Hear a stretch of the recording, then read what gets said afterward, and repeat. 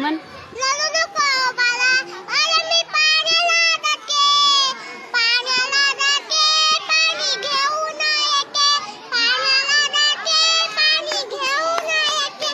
लोण्याचा घोला तुला खायला देते, लोण्याचा घोला तुला खायला देते, खायला देते, पाणी घेऊन येते, खायला देते, छान पाणी घेऊन येते. छान असंच म्हणते ते पोरगी जे